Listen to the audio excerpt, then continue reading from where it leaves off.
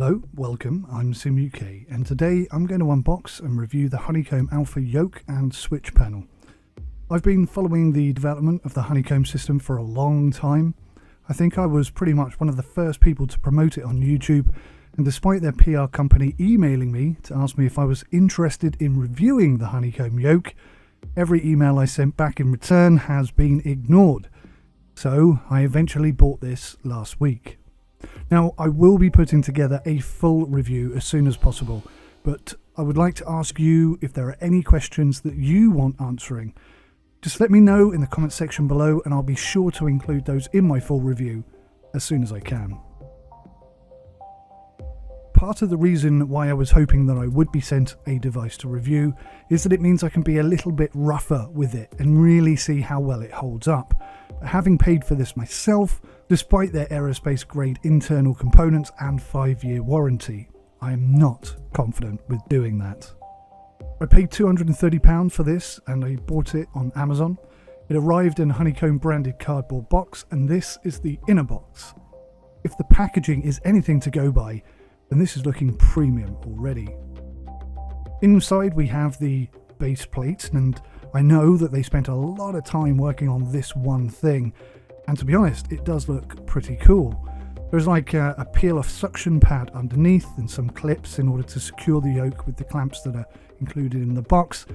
I've got to say, it's pretty tough. It's almost got no flex in it at all, even though it looks like it probably would flex. So you may know that I've been testing my own old Cytec Cessna replica GA flight rig for a couple of weeks now, and the whole time that I've been doing it, in the back of my mind, I have been contemplating whether or not to upgrade to the Honeycomb Alpha Yoke and switch panel. The fact that it promotes fittings for existing Cytec panel gear certainly helped to convince me to buy it. Now, I've seen lots of reviews on this device and the vast majority have been very positive. Based on those reviews, I was expecting premium build quality and premium switches, with a firm pitch and an excessively loose rotation with some small dead zone issues. And on the most part, I would agree with that, except for the premium switches part. They're really not as good as I was expecting. They do feel reasonably well made, but premium they are not. They feel far too weak to be premium. They don't feel cheap, don't misunderstand me at all. These are not cheap and nasty, but they don't feel like they will have an endless lifespan to them. I would say at best these are mid-range quality switches, and I think that would be a more accurate assessment of their quality level. The Honeycomb does ship with a 5-year guarantee, so they must be pretty certain that it will hold up to regular use.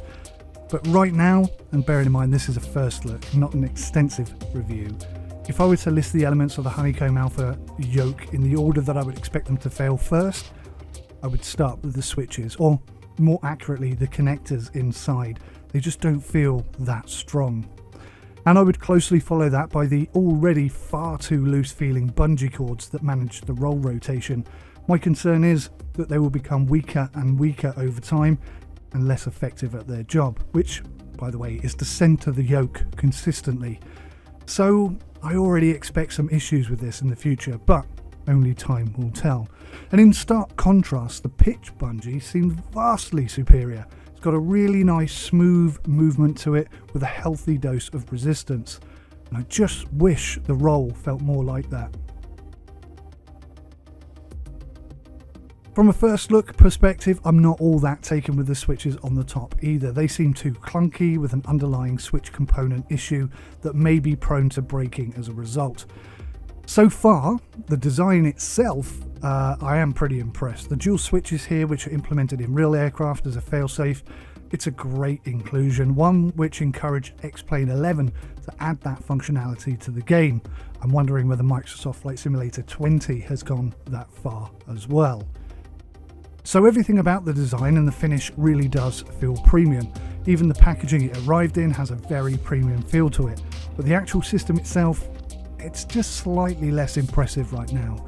Not bad, it's just more middle of the road than I was expecting. But then that is what this device is priced as. It's the same price almost as a Cytec Cessna Pro Flight Yoke, and yeah, it feels a little bit better than that, but not vastly better, which is kind of what I was hoping for. So guys, once more, just to remind you, if you have any questions you want to ask about the Honeycomb Yoke, the way it works, the way it's connected, I am actually in talks with the Will Stand Pro guys who are looking to provide support for all of the Honeycomb devices. So hopefully I'm going to get hold of some of that and preview it and give you some feedback on that and let you know how well it all works together. But if there are any questions you want to ask, please do feel free to leave those questions in the comments below. I will read them and I will add them to my full review, which should be out in, say, a week or two when I've had enough time to really play with this device and sort of make my mind up on how well it fits into my current system. Thank you so much for watching. Take care. Till next time. Goodbye.